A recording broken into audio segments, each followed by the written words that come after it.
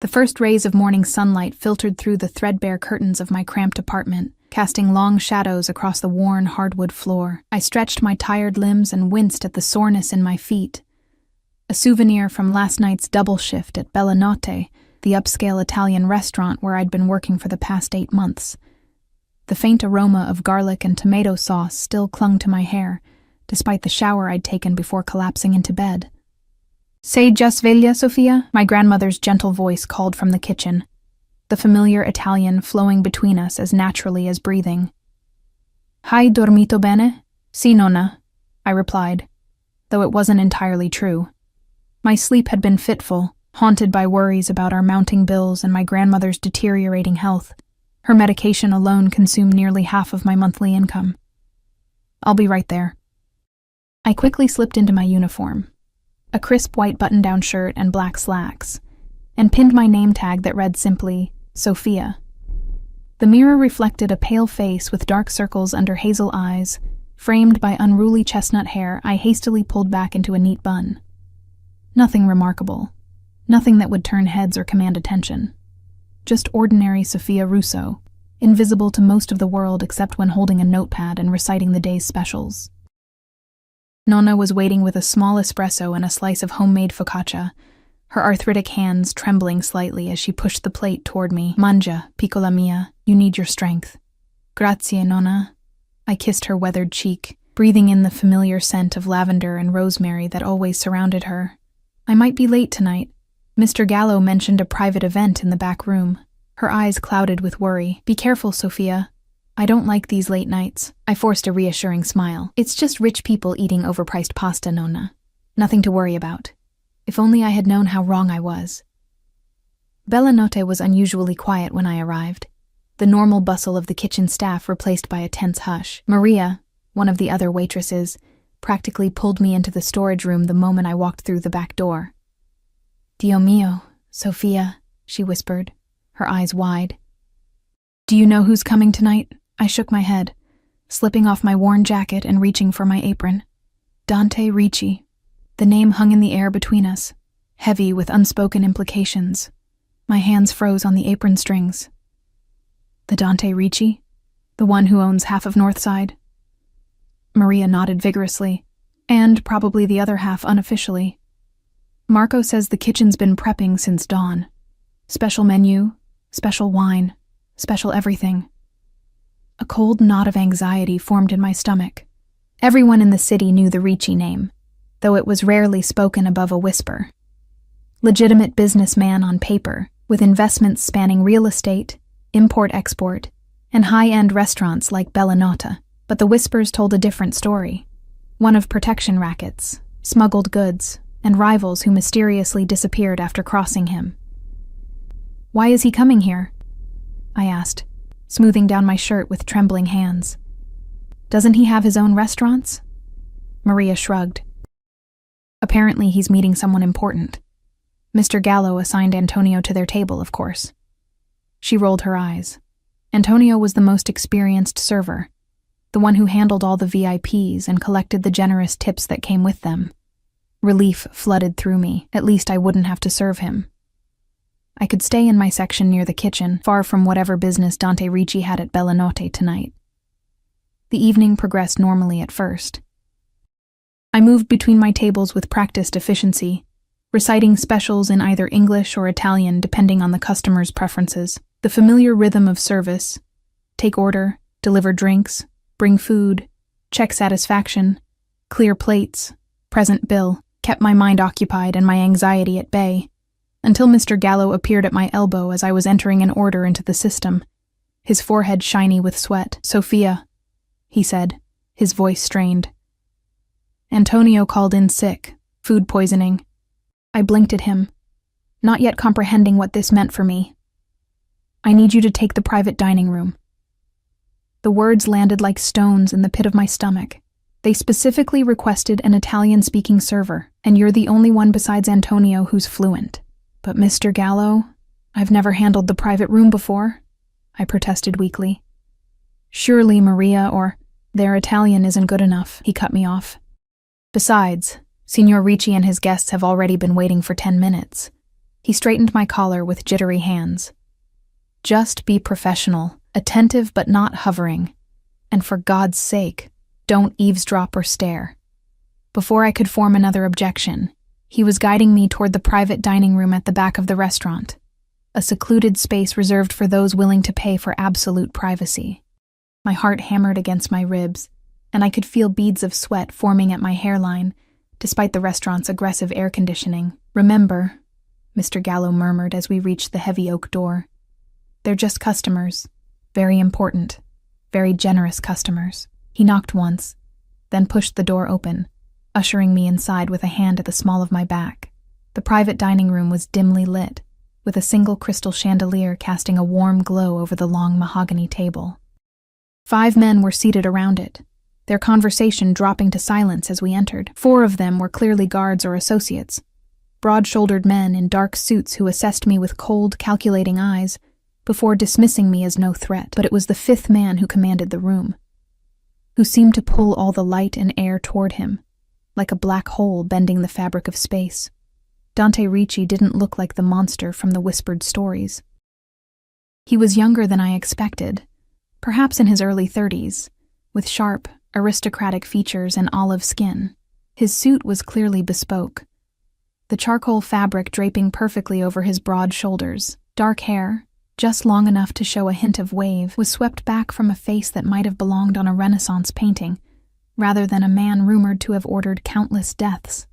"Signor Ricci," Mr. Gallo said, his voice unnaturally high, "please accept my apologies for the delay. This is Sophia, your server for the evening. She speaks fluent Italian and will take excellent care of you."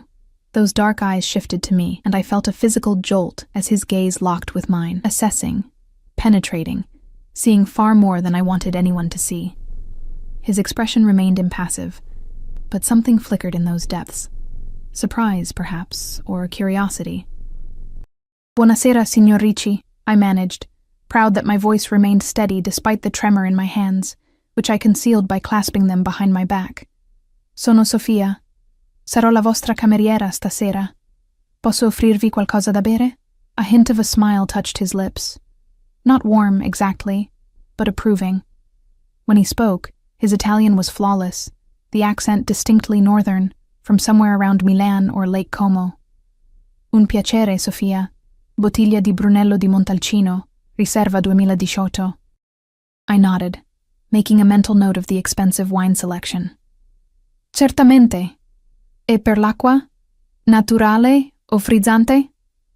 "Frizzante," he replied, still watching me with that unnervingly intense gaze. The other men around the table remained silent, deferring completely to him.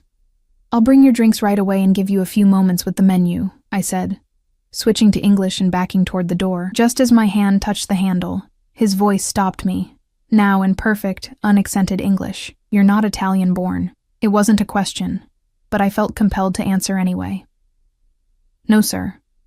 My grandmother is from Florence. She raised me."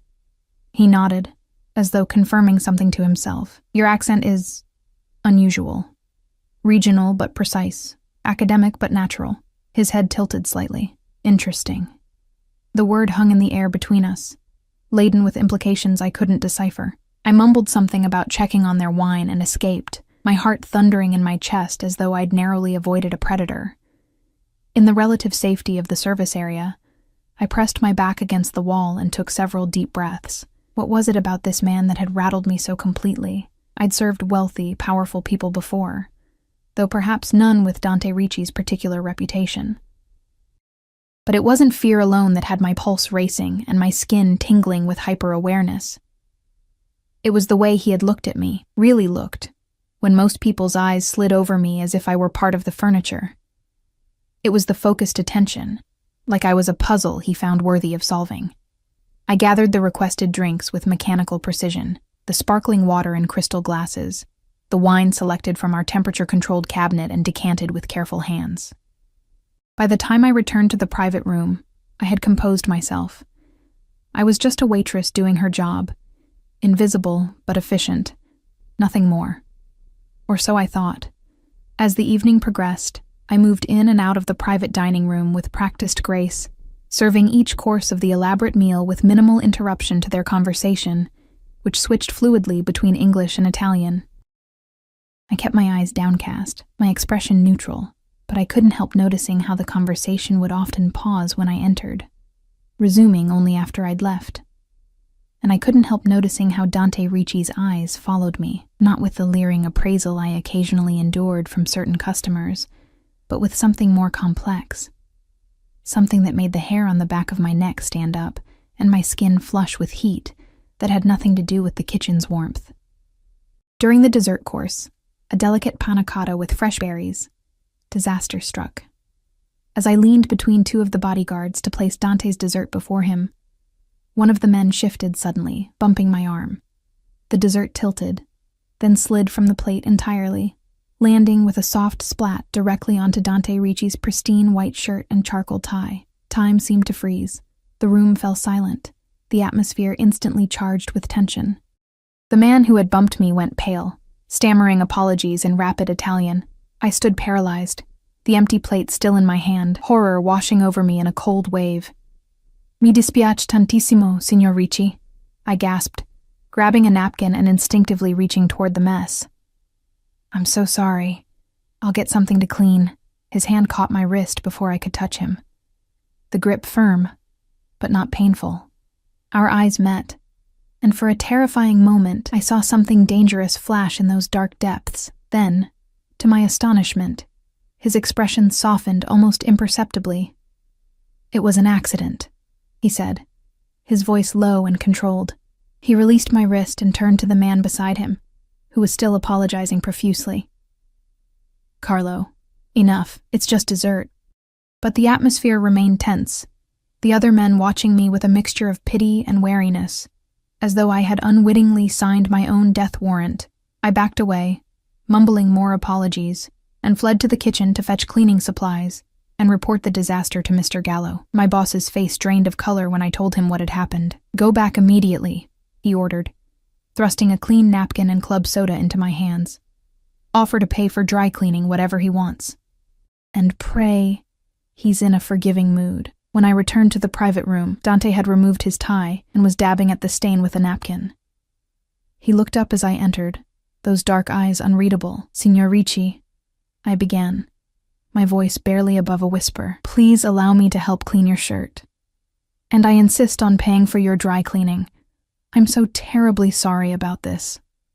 To my surprise, he actually smiled, a small, tight expression that didn't quite reach his eyes. The tie is ruined, but the shirt will survive. It was an accident, as I said. I approached cautiously and offered the club soda and clean napkin. As he took them from me, our fingers brushed, and an inexplicable current seemed to pass between us, making me jerk back slightly. His eyes narrowed, noticing my reaction. You're afraid of me, he stated matter-of-factly. I swallowed hard, unsure how to respond. Denying it would be an obvious lie, but admitting it seemed dangerous too. I respect your position, sir, I finally managed. Something like amusement flickered across his face. A diplomatic answer. He gestured to the dessert mess. Perhaps you could bring me another? I find I was looking forward to it. Of course. Right away. I quickly cleaned up the spilled dessert and retreated to the kitchen, my mind racing. When I returned with a fresh panna cotta, the men had resumed their conversation, though it felt more subdued than before. I placed the dessert carefully before Dante, taking extra care to avoid another accident. Grazie, Sofia, he said, my name rolling off his tongue in a way that sent an involuntary shiver down my spine. Prego, Signor Ricci. Will there be anything else? He considered me for a moment, then said something that changed the course of my life forever. What time do you finish work tonight? The question hung in the air between us. Unexpected and loaded with implications I wasn't ready to face. My mouth went dry, and I could feel the weight of every pair of eyes in the room on me. The bodyguards exchanged glances, their expressions ranging from surprise to veiled amusement. My voice caught, and I cleared my throat. I finish at 11, sir. Dante nodded, as if confirming something to himself. I'll have my driver waiting. It wasn't a request or even an invitation. It was a statement of fact, delivered with absolute certainty that it would be accepted without question. Panic flared in my chest. That's very kind, but I couldn't possibly. It's late. He cut me off smoothly, his tone gentle but brooking no argument. And I believe you mentioned to your colleague earlier that you live in Westridge. It's not safe for a woman alone at that hour. My blood ran cold. Westridge was indeed my neighborhood, but I hadn't mentioned it tonight, not to anyone. The implication was clear. He already knew things about me, had perhaps been watching me even before this evening. I'd take the bus, I said weakly, a last feeble attempt at resistance. His expression darkened slightly. No, you won't. 3 simple words, spoken softly but with such authority that they seemed to reshape reality around us. I insist, Sophia. Consider it an apology for my associate's carelessness with your dessert tray. One of the bodyguards, Carlo, the one who had bumped me, shifted uncomfortably in his seat. Dante didn't look at him, but the man's discomfort deepened, as if he could feel his boss's displeasure like a physical weight. Thank you. That's very generous. The words came automatically, though every instinct screamed that accepting a ride from Dante Ricci was a dangerous proposition. He smiled then, a genuine expression that transformed his face, softening the hard edges and lighting up those dark eyes. Excellent. Now, we'll take the check whenever you're ready. I nodded and backed out of the room, my mind spinning. What had I just agreed to? And what would happen if I simply slipped out the back door at the end of my shift, avoiding him entirely? As if reading my thoughts, Mr. Gallo appeared at my elbow as I was processing their payment. Signor Ricci has added a generous tip, he informed me, eyes wide as he looked at the amount, and he's asked me to ensure you don't leave without speaking to him. My hands trembled as I counted out the register. Mr. Gallo, I don't think... Sophia. His voice dropped to a whisper. Whatever he wants, it would be unwise to refuse. Men like Dante Ricci aren't accustomed to hearing no. He squeezed my shoulder. Just be polite, accept the ride, and thank him. It's probably just a wealthy man being gallant, but we both knew it wasn't that simple. Men like Dante Ricci didn't offer rides to waitresses out of mere gallantry. The remainder of my shift passed in a blur of anxiety. I moved mechanically between tables, taking orders and delivering food, but my mind was elsewhere, calculating risks, weighing options, and always circling back to the same conclusion. I had no real choice but to accept the ride.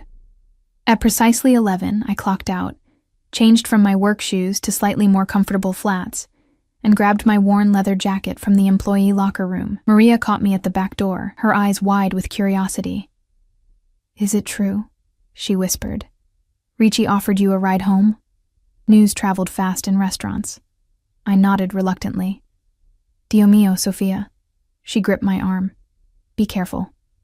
I've heard stories about girls who catch his eye. What stories? I asked, my stomach clenching with dread. She shook her head.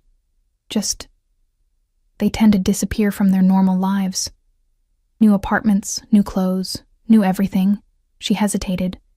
Some say it's because they want to. Others say, she trailed off, leaving the darker implications unspoken. It's just a ride, I insisted, trying to convince myself as much as her. Nothing more. Maria looked unconvinced, but squeezed my hand. Text me when you get home, okay? And if you don't, she bit her lip. I will, I promised. It's really nothing. But as I stepped outside into the cool night air, I knew it wasn't nothing. A sleek black Bentley idled at the curb, its windows tinted to near opacity. As I approached, the rear door swung open, revealing Dante Ricci seated in the luxurious interior, his phone in one hand, his expression unreadable in the dim light. Sophia, he said, my name rolling off his tongue like something precious. Please, join me. I hesitated for just a heartbeat before sliding into the seat beside him, the door closing with a soft thud that sounded eerily final to my heightened senses. The interior smelled of expensive leather and his cologne, something subtle and masculine, with notes of sandalwood and amber. I sat rigidly, my purse clutched in my lap, acutely aware of his presence beside me. Your address?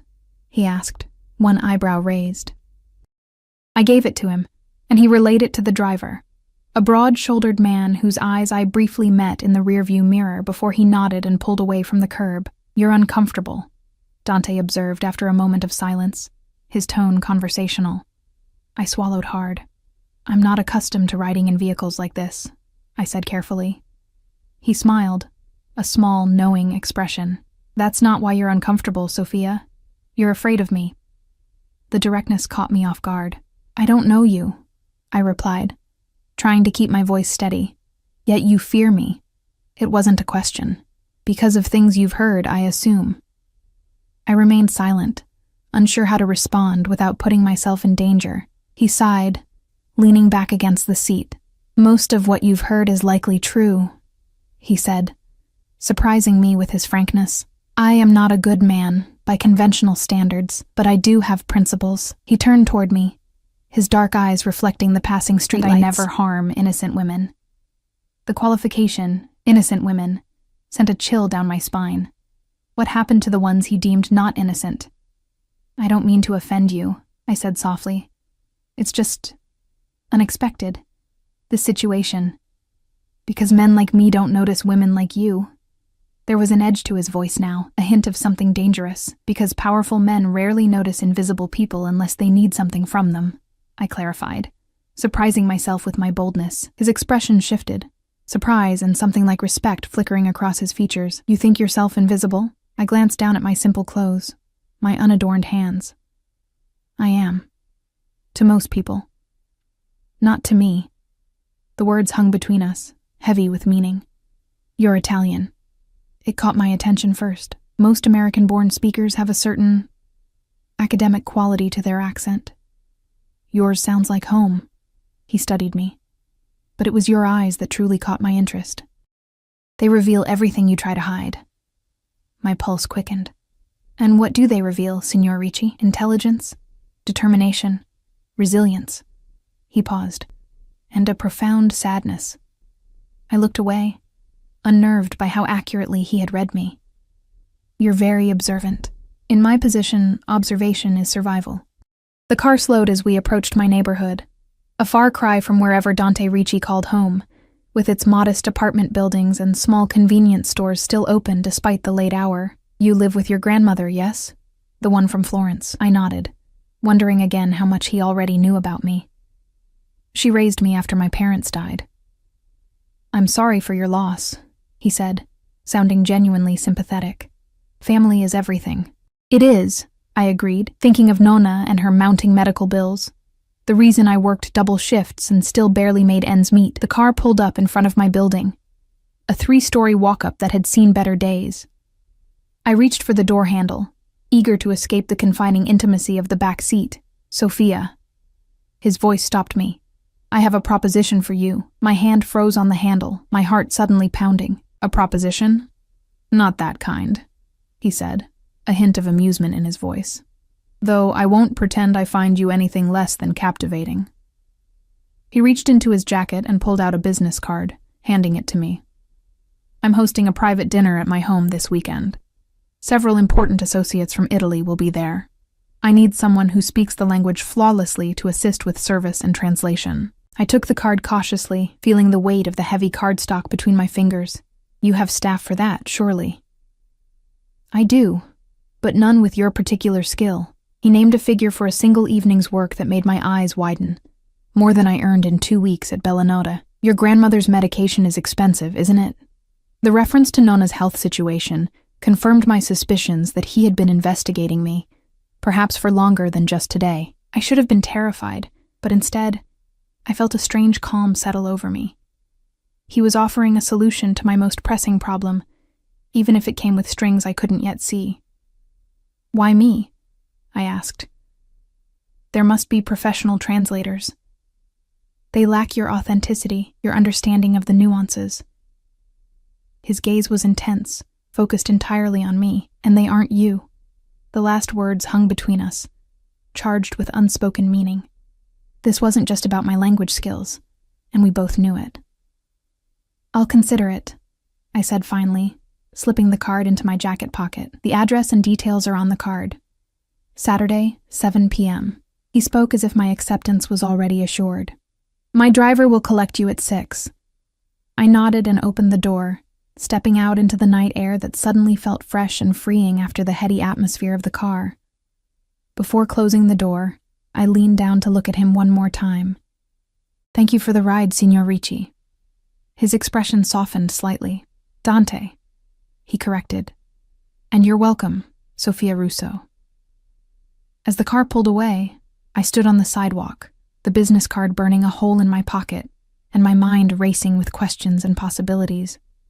I hadn't given him my last name. Upstairs, Nonna was asleep in her armchair, an Italian soap opera playing softly on the television. I gently woke her and helped her to bed, answering her drowsy questions about my evening with carefully edited responses. Once she was settled, I sat at our small kitchen table and took out Dante's card, running my fingers over the embossed lettering. I knew I should throw it away, call in sick on Saturday, perhaps even look for another job, in another restaurant, far from Bellinata and the dangerous man who had noticed me there. Instead, I placed it carefully in my wallet, already knowing what my answer would be. Saturday arrived too quickly, the intervening days a blur of double shifts at Bellinote and worried conversations with Nonna, who sensed something had changed despite my attempts to hide it. I told her I'd been offered a private catering job, technically true if incomplete, and that the pay would cover her next 3 months of medication. That detail silenced her concerns. Though I caught her watching me with worried eyes as I prepared for the evening, I stood before the mirror in my small bedroom, assessing my appearance with critical eyes.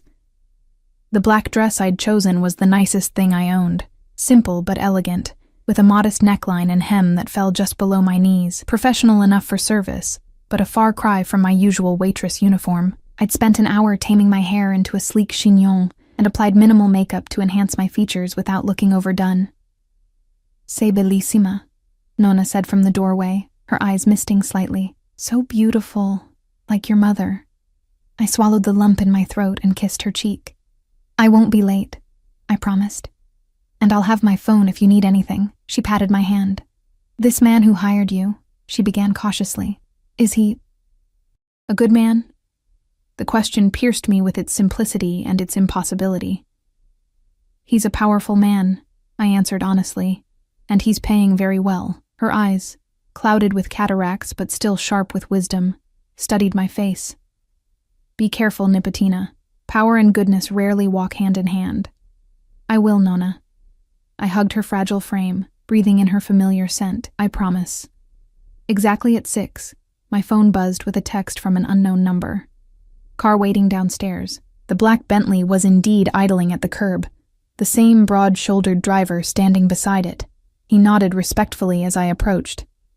"Miss Russo," he said, opening the door for me. I had half expected, perhaps half hoped, that Dante would be waiting inside, but the back seat was empty. As we pulled away from my building, I tried to quell the nervous flutter in my stomach. This was just a job, I reminded myself. A well-paying job that would ease our financial burden for months. Nothing more. The city fell away as we drove north, expensive storefronts giving way to gated communities, and eventually to large estates set back from the road. After passing through an imposing security gate, we followed a winding driveway lined with perfectly manicured trees until Dante Ricci's home came into view. Home was an understatement.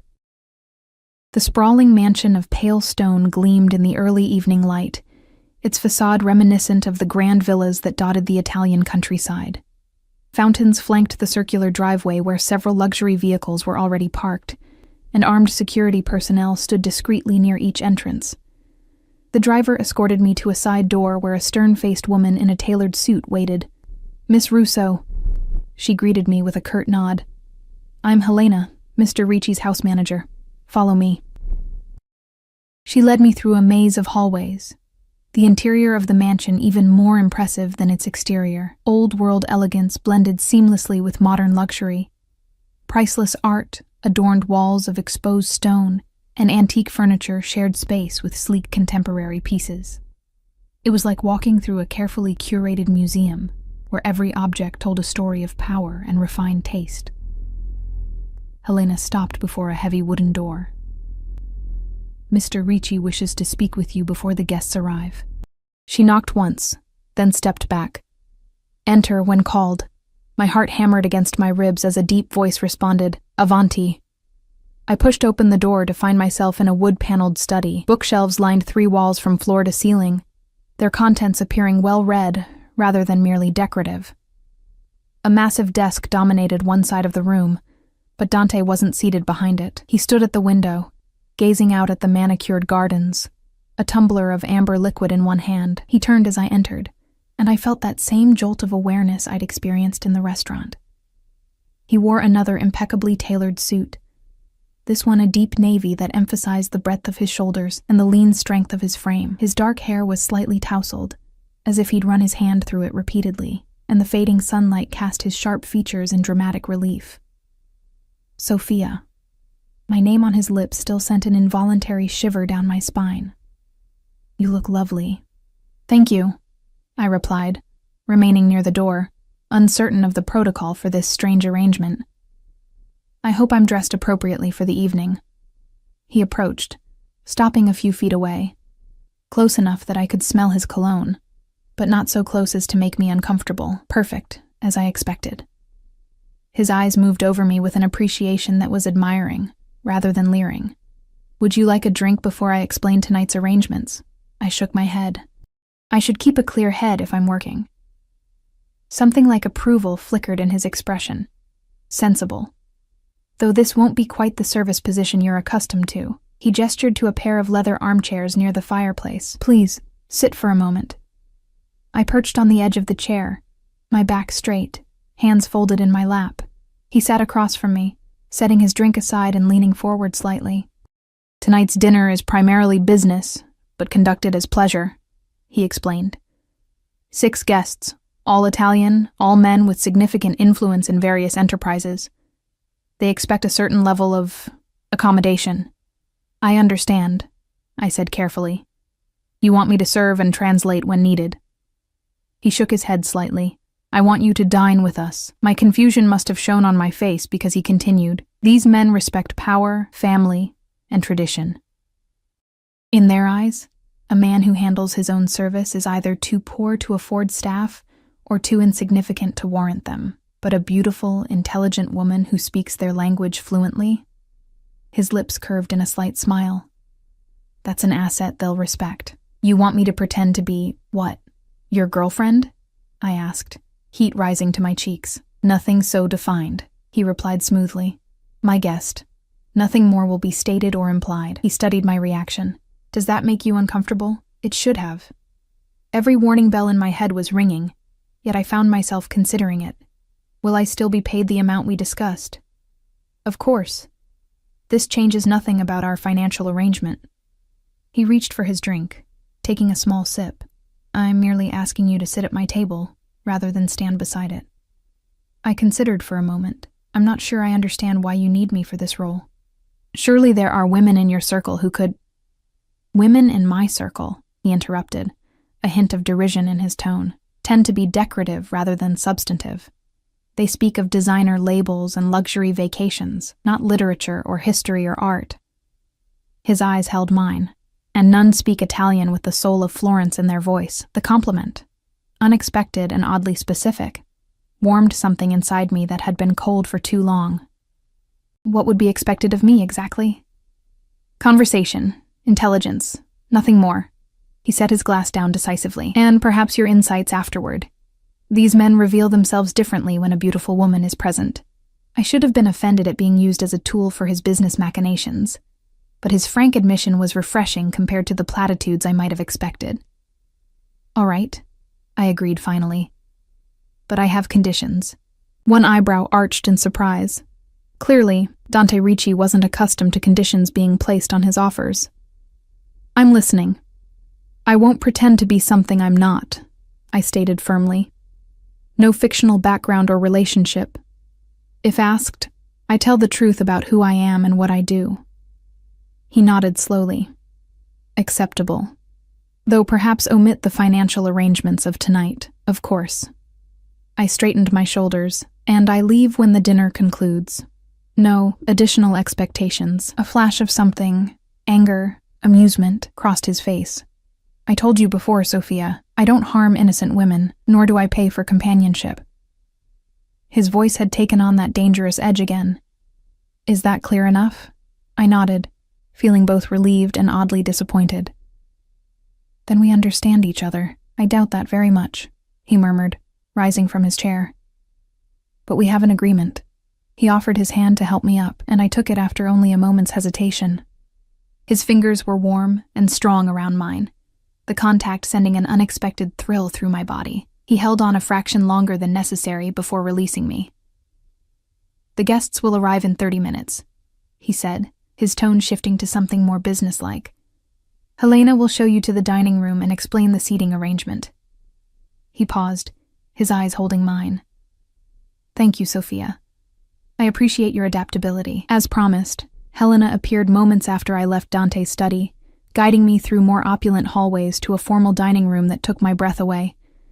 The table could have seated 20, but was set for 8, with fine china, crystal, and silver that probably cost more than a year's rent on our apartment. A small army of staff moved efficiently around the space, making final adjustments to flowers and place settings. "You'll be seated here to Mr. Ricci's right," Helena informed me, indicating a place card with my name written in elegant calligraphy. "The guest of honor, Mr. Vannucci, will be on his left." She proceeded to give me a brief rundown of the other guests, all Italian businessmen with connections to shipping, finance, or real estate, all powerful in their own spheres, though none as powerful as Dante himself. "One last thing," she added, her expression softening slightly. "Mr. Ricci rarely brings women to these dinners. You'll be observed, evaluated." "I understand," I replied, though I wasn't sure I did. Not fully. "I don't think you do," she said quietly, "but you will." Before I could ask what she meant, the first car arrived, and everything was set in motion. Dante appeared at my side as if conjured, his hand coming to rest lightly at the small of my back as he guided me to the foyer to greet his guests. The next hour passed in a blur of introductions and thinly veiled assessments. The Italian businessmen, all older than Dante, all exuding that particular brand of Mediterranean machismo, looked at me with varying degrees of surprise, appreciation, and speculation. I smiled politely, responded in fluent Italian when addressed, and kept my answers about my background honest but vague. Dante remained close, his presence both reassuring and unnerving. Each time he introduced me, his hand would return to the small of my back, a gesture that seemed both protective and possessive. I noticed how the other men's attitudes shifted subtly in response, their initial appraising looks giving way to a more respectful distance, as if I had been marked as territory. By the time we moved to the dining room, I had begun to understand what Helena meant. These men weren't just evaluating me as a woman. They were evaluating what my presence at Dante's side might signify. About him, about his intentions, about potential weaknesses or strengths. And as the first course was served and conversation flowed around me in rapid Italian, I realized I had stepped into a world far more complex and dangerous than I had imagined. A world where even a dinner party was a carefully choreographed dance of power, alliances, and hidden agendas. A world that, despite every rational warning bell in my mind, I found myself drawn to like a moth to a dangerous flame. The dinner progressed with the precision of a military operation disguised as casual elegance. Course after exquisite course appeared and disappeared, each accompanied by perfectly paired wines that I sipped cautiously, aware that maintaining my clarity of mind was essential in this nest of vipers. I observed how Dante commanded the table without obvious effort. His Italian flowed naturally as he discussed business prospects in Milan, art acquisitions in Florence, and political developments in Rome. All topics I understood well enough to follow, though some of the underlying implications remained opaque to me. Throughout it all, he would occasionally turn to include me in the conversation with a question or comment that showcased my knowledge without putting me on the spot. Sophia spent her summers in Florence with her grandmother, he mentioned during a discussion about the city's restoration projects. Near Santa Croce, wasn't it? I nodded, surprised he had retained this detail from our brief conversations. Yes, in a little apartment off Via Ghibellina, my grandmother would take me to the Uffizi every Sunday after Mass.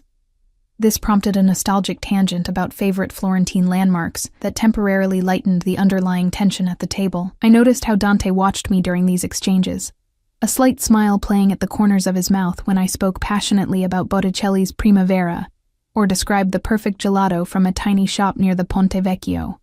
The oldest guest, Venucci, a silver-haired man with shrewd eyes and an elaborate gold watch that he consulted frequently, seemed particularly interested in my background. "And what brings a Florentine rose to our humble city?" he asked, his gaze flicking between Dante and me with undisguised curiosity. "Circumstance and necessity," I answered honestly. "My grandmother's health required a move, and we had distant family here who could help initially. And now you assist Dante with his business endeavors?" The question carried weighted implications. Before I could respond, Dante's hand came to rest on mine where it lay on the table, a gesture both casual and deliberate that sent a jolt of awareness up my arm. His thumb traced a small circle on my skin, so briefly I might have imagined it. "Sophia has a remarkable ability to see what others miss," he said, his tone light, but his eyes conveying something more serious to Venucci. "A quality I've come to value greatly." The older man nodded slowly, understanding some message I couldn't fully decipher. "Indeed. Such perception is rare." He raised his glass in a small toast toward me. "And precious." As the dinner moved into its final courses, I became increasingly aware of the currents flowing beneath the seemingly mundane conversation. Business discussions veiled in metaphor, alliances formed and tested through casual mentions of shared acquaintances, subtle warnings delivered in anecdotes about unfortunate ends met by unnamed associates. It was fascinating and terrifying, like watching predators circle each other in an elaborate dance where one misstep could be fatal. Throughout it all, Dante remained controlled, commanding, and, most disconcertingly, attentive to me in ways that felt genuine rather than performative. When I shivered slightly as the air conditioning cycled on, he immediately noticed and signaled to a staff member who appeared with a fine cashmere wrap for my shoulders. When the conversation ventured into territory clearly meant to exclude me, crude jokes and references to entertainment procured during past business trips, he smoothly redirected it with a few choice words that made it clear such topics were unwelcome in my presence. By the time dessert was served, a delicate tiramisu that momentarily transported me to my grandmother's kitchen, I had gained a new understanding of the man seated beside me. Dante Ricci was dangerous, yes, and capable of violence and ruthlessness I could only imagine. But he also possessed a code, principles that governed his actions and shaped the world around him. He commanded respect not merely through fear, but through a complex alchemy of intimidation, intelligence, and what could almost be called honor. And most disturbing of all, I found myself drawn to him, not despite the danger he represented, but in some confused, primal way, because of it. After dessert, Dante suggested the men retire to the terrace for cigars and cognac. As they rose from the table, he turned to me. "Would you prefer to join us or take coffee in the library? Helena can show you." The choice itself was significant, offering me an escape from the masculine ritual to follow while making it clear I was welcome to join if I wished. "The library, I think," I replied, sensing that the men might speak more freely without my presence, which would give Dante an advantage he clearly sought. "If you don't mind." "Of course." His fingers brushed my shoulder as he helped adjust the wrap around me, a fleeting touch that nonetheless left my skin tingling. "I'll join you when our guests depart." The library proved to be my idea of heaven. A vast, 2-story room with rolling ladders to access upper shelves, comfortable reading nooks, and volumes in multiple languages arranged by subject rather than mere aesthetics. Helena brought coffee on a silver tray, then discreetly withdrew, leaving me alone in this sanctuary of knowledge.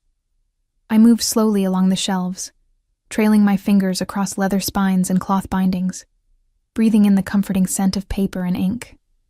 Many of the books were first editions or rare prints, their value immeasurable to collectors. I carefully selected a volume of Dante Alighieri's works, an irony not lost on me, and settled into a deep armchair near the fireplace, where flames crackled softly. I lost track of time as I immersed myself in the familiar rhythm of the poetry, the words transporting me far from this mansion and its dangerous owner. When the library door opened, I started, looking up to find Dante watching me from the threshold, his expression unreadable. "The Divine Comedy," he noted, approaching with silent steps. "A fitting choice." I closed the book carefully, Are your guests gone? All but Venucci. He's taking a call in my study. He lowered himself into the chair opposite mine, loosening his tie with one hand, the gesture oddly intimate. Did you find everything comfortable here? It's a beautiful room, I said sincerely. Your collection is impressive. Many were my father's, others I've acquired over the years. He studied me for a moment. You did well tonight. Better than well. Thank you. I set the book aside. Did I serve your purpose, whatever it was? A smile touched his lips, direct as always. Yes, you did. He leaned back in the chair, his posture relaxing slightly. Venucci controls several shipping lanes I need access to. He's traditional, old-school Sicilian. Values family, loyalty, culture. A man who speaks 4 languages but trusts only those who speak his mother tongue. And my presence demonstrated what? That you appreciate the same things? That, and more. His dark eyes held mine. It showed I can recognize value beyond the obvious, intelligence beyond ambition, beauty beyond display. The compliments delivered in his matter-of-fact tone warmed me despite my determination to remain detached. I'm glad I could help then. He asked about you, Dante continued, watching my reaction closely. After you left. My pulse quickened. What did he ask? Whether you were under my protection. The phrase carried weight beyond its simple words. A status, a designation in his world that meant far more than casual association. And what did you tell him? I asked, my mouth suddenly dry. Dante's gaze was steady, unwavering. I told him yes. The single word hung between us, laden with implications I wasn't sure I fully understood, or wanted to. I didn't ask for your protection, I said finally. No, you didn't. He leaned forward slightly. But in my world, Sophia, there are rarely neutral positions. One is either protected or vulnerable. And I find I cannot bear the thought of you being vulnerable. I swallowed hard, trying to process what he was saying. What does that mean exactly, this protection? It means no one in my organization or sphere of influence will harm you. It means certain privileges and considerations. His voice dropped slightly. It also means association with me, with all the benefits and complications that entails. And what do you expect in return? I asked, the practical question slipping out before I could soften it. Rather than being offended, he seemed to appreciate my directness. Initially, nothing beyond what you've already given tonight. Your presence, your insight. He paused. Perhaps in time, your trust. Trust is earned, I said quietly. Yes, it is. He rose from the chair in a fluid motion and extended his hand to me. Come. I should get you home to your grandmother. It's late. I placed my hand in his, allowing him to help me to my feet. We stood close for a moment, too close, his cologne enveloping me, his warmth radiating in the space between us. I looked up to find his eyes darker than before, intent on my face with an expression that made my breath catch. Dante, a voice called from the doorway, breaking the moment. Venucci stood there, his phone still in hand, eyes moving between us with knowing assessment. Forgive the interruption. My car has arrived. Dante stepped back smoothly, though his hand remained at the small of my back. Of course. We'll walk you out. As we moved through the mansion toward the front entrance, Venucci fell into step beside me. It was a pleasure to meet you, Ms. Russo, he said in Italian. A true daughter of Florence, rare to find such authenticity so far from home. Grazie, Signor Venucci, I replied in the same language. The pleasure was mine. At the door, he took my hand and bowed over it in an old-world gesture. I hope we'll meet again. His eyes shifted to Dante. She brings light to your shadows, my friend. Don't lose her. After Venucci's departure, Dante instructed his driver to bring the car around, then turned to me. I have something for you before you go. He reached into his pocket and withdrew a small envelope, pressing it into my hand. Your payment, as agreed. The envelope was heavy, and I knew without looking that it contained cash, probably more than the agreed-upon amount. Thank you, I said, slipping it into my purse. There's something else. He produced a small box, about the size of a deck of cards. A gift. Not part of our arrangement. I hesitated, understanding instinctively that accepting a gift changed the nature of our interaction in some fundamental way. I can't. You can, he interrupted gently. It's not diamonds or obligation, Sophia. Just something practical. Curiosity won over caution, and I accepted the box, opening it to find a sleek smartphone, clearly expensive and new. I looked up in confusion. Your current phone has a cracked screen and dies by mid-afternoon, he explained. This one has better battery life and a direct line to me if you ever need anything. He raised a hand when I started to protest. It's prepaid for 2 years. No tracking, no monitoring, just reliable communication. For your grandmother's sake, if nothing else. The mention of Nonna hit its mark. A reliable phone would ease my constant worry about being unreachable in an emergency. Still, I hesitated. It's a phone, Sophia, not a caller. Dante said softly, reading my reluctance. Accept it or don't, but don't overthink it. His driver appeared at that moment to announce the car was ready. Dante walked me out, his hand again finding that spot at the small of my back that was beginning to feel like it belonged to him. At the car, he opened the door for me, but stopped me with a light touch on my arm before I could slide inside. One more thing, he said, his voice low. There's a charity gala at the art museum next Saturday. I'd like you to accompany me. It wasn't phrased as a command, yet it didn't quite feel like a request either. As your translator again? I asked. As my guest. His eyes held mine. Properly this time. I'll send a car at 7. I should have said no. Should have maintained boundaries, kept our arrangement transactional and limited. Instead, I heard myself say, I don't have anything suitable to wear to a gala. A smile curved his lips, a genuine one that reached his eyes and transformed his face. That can be arranged. Is that a yes? I nodded, unable to form the refusal my better judgment screamed for. Yes. The week passed in a daze of normality that felt increasingly surreal. I worked my shifts at Bella Notte, helped Nonna with her physical therapy exercises, and pretended that my life hadn't fundamentally changed, but it had. The envelope of cash had paid Nonna's medical bills for the next 4 months, with enough left over to repair our ancient refrigerator. The new phone sat on my nightstand, its presence both reassuring and unsettling, and Dante Ricci occupied my thoughts in ways that both thrilled and terrified me. He didn't contact me until Wednesday, when a simple text arrived. Looking forward to Saturday, car will arrive at 6:30 instead of 7. D. No questions about my welfare, no small talk, no pressure.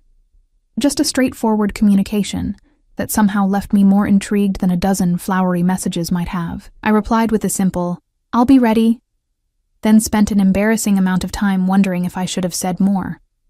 On Thursday, a delivery arrived. A large garment bag from an exclusive boutique I'd never dared enter, accompanied by a sleek box containing shoes and a small clutch purse. The note inside read simply, no pressure to wear these if they don't suit. D. Inside the bag hung a gown that took my breath away. A deep midnight blue that shimmered subtly when it moved, with a classic silhouette that managed to be both elegant and subtly sensual.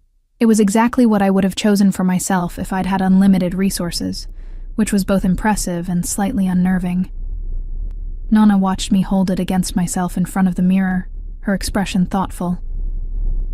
This man, she said carefully, he's more than an employer, isn't he? I couldn't lie to her. I don't know what he is, Nonna, not exactly. She took my hand, her papery skin cool against mine. I see how your eyes change when you speak of him. Be careful with your heart, Nipotina.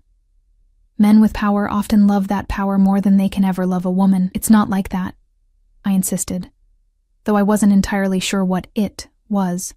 It's complicated. Love always is, she replied with the wisdom of her years. Just remember who you are, Sophia. Don't lose yourself in his world. Saturday evening arrived with a flurry of nervous preparation. The dress fit as if it had been made for me, the fabric draping perfectly over my curves without being overly revealing. The shoes, thankfully, were elegant but comfortable, with heels high enough to be fashionable without making walking a challenge. I arranged my hair in a simple updo and applied makeup with a lighter hand than I might have expected for such an event, instinctively understanding that Dante preferred subtlety to ostentation. When I emerged from my bedroom, Nonna's eyes filled with tears.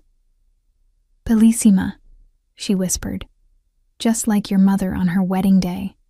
that same glow.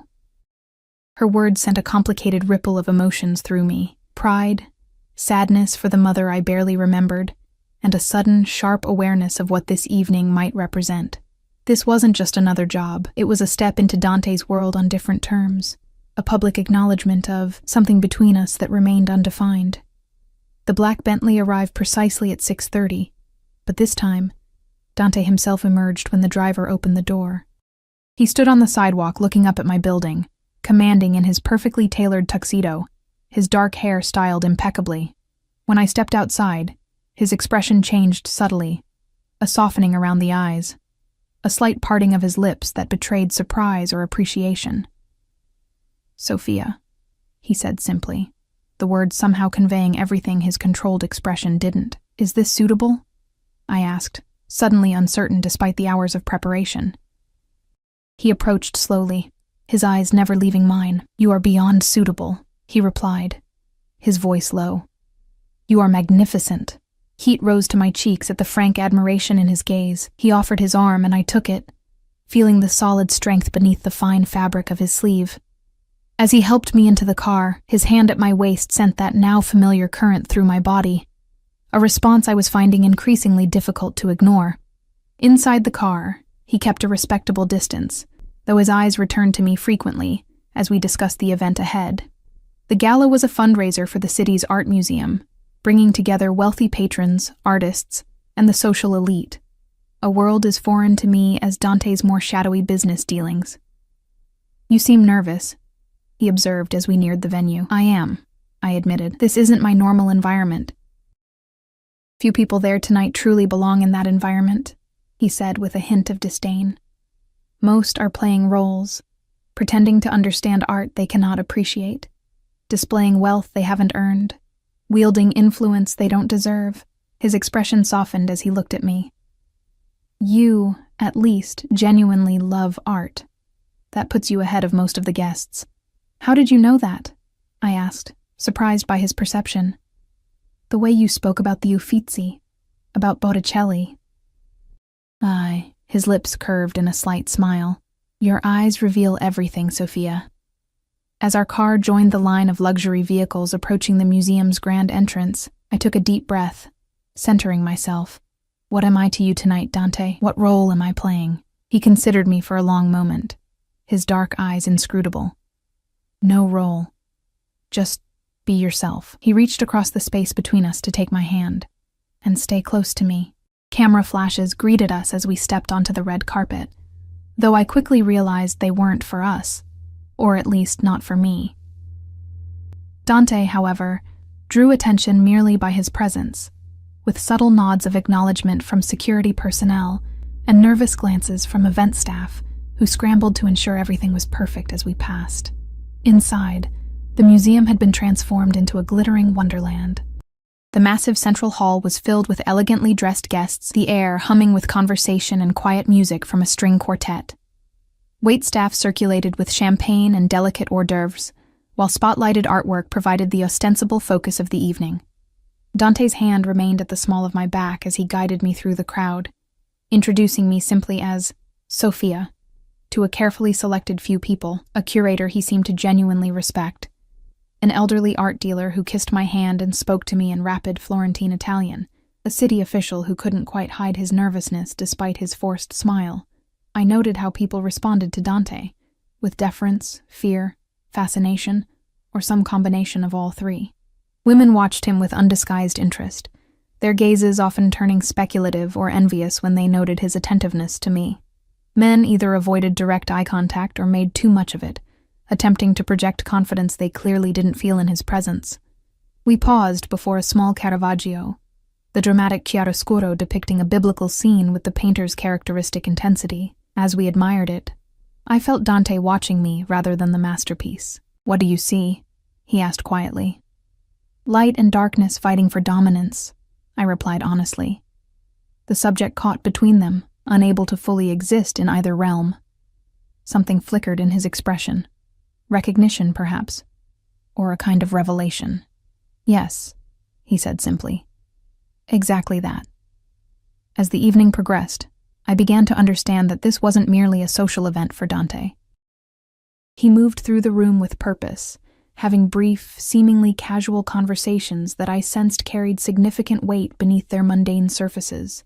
Business conducted in plain sight, alliances formed and reinforced, subtle warnings delivered with a smile and a handshake, and through it all, he kept me close, included me in ways that made it clear to observers that I wasn't merely an accessory or arm candy, but someone whose presence mattered to him.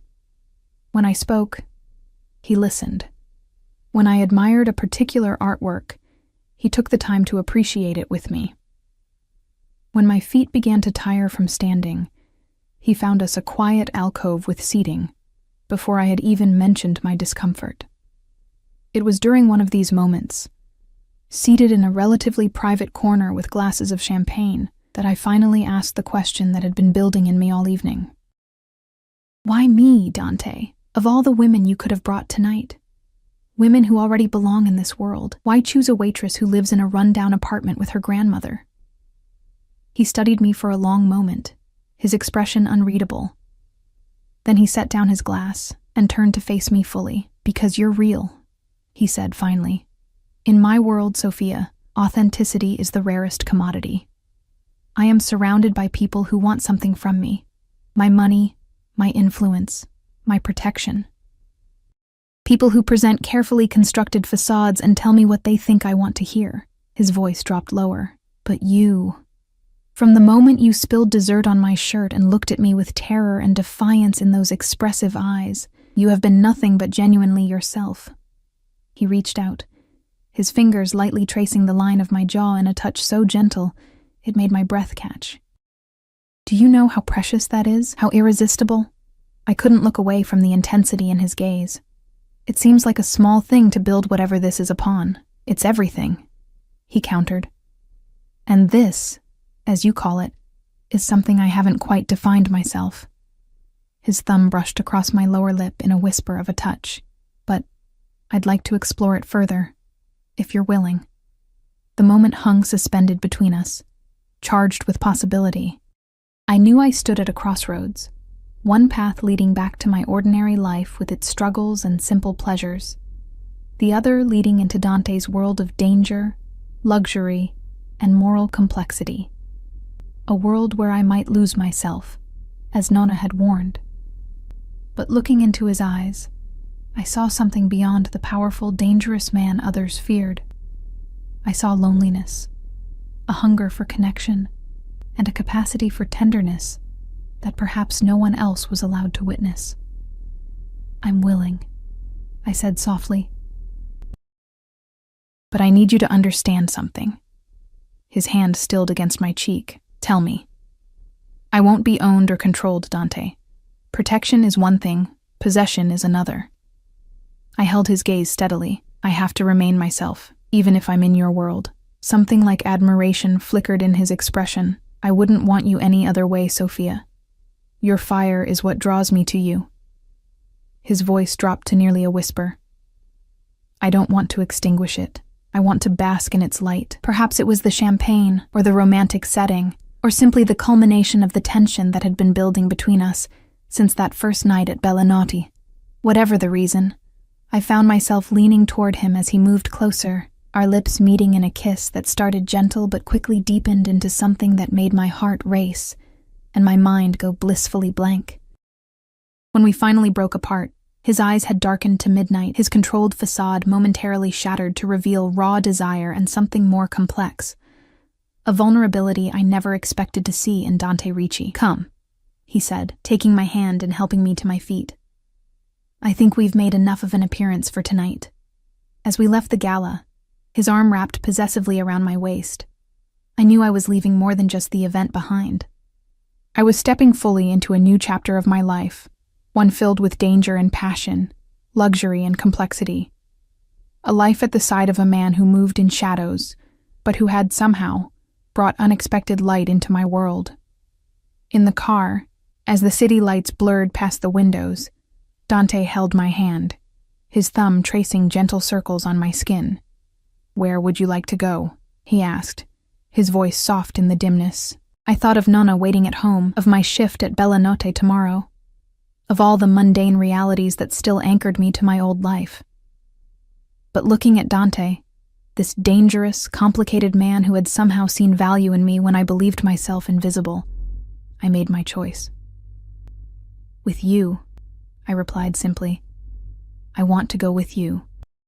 His smile in response was like watching a sunrise, a gradual warming that transformed his entire face and reached his eyes with a promise of something I never expected to find in his dangerous world. Hope. Then with me you shall be, he said, lifting my hand to his lips. For as long as you choose. And in that moment, despite all the warnings and complications and the vastly different worlds we came from, I knew I had found something rare and precious. A man who valued my strength as much as my vulnerability, who offered protection without demanding submission, who had somehow found the light within his darkness. A man I could love, despite the danger, perhaps even because of it.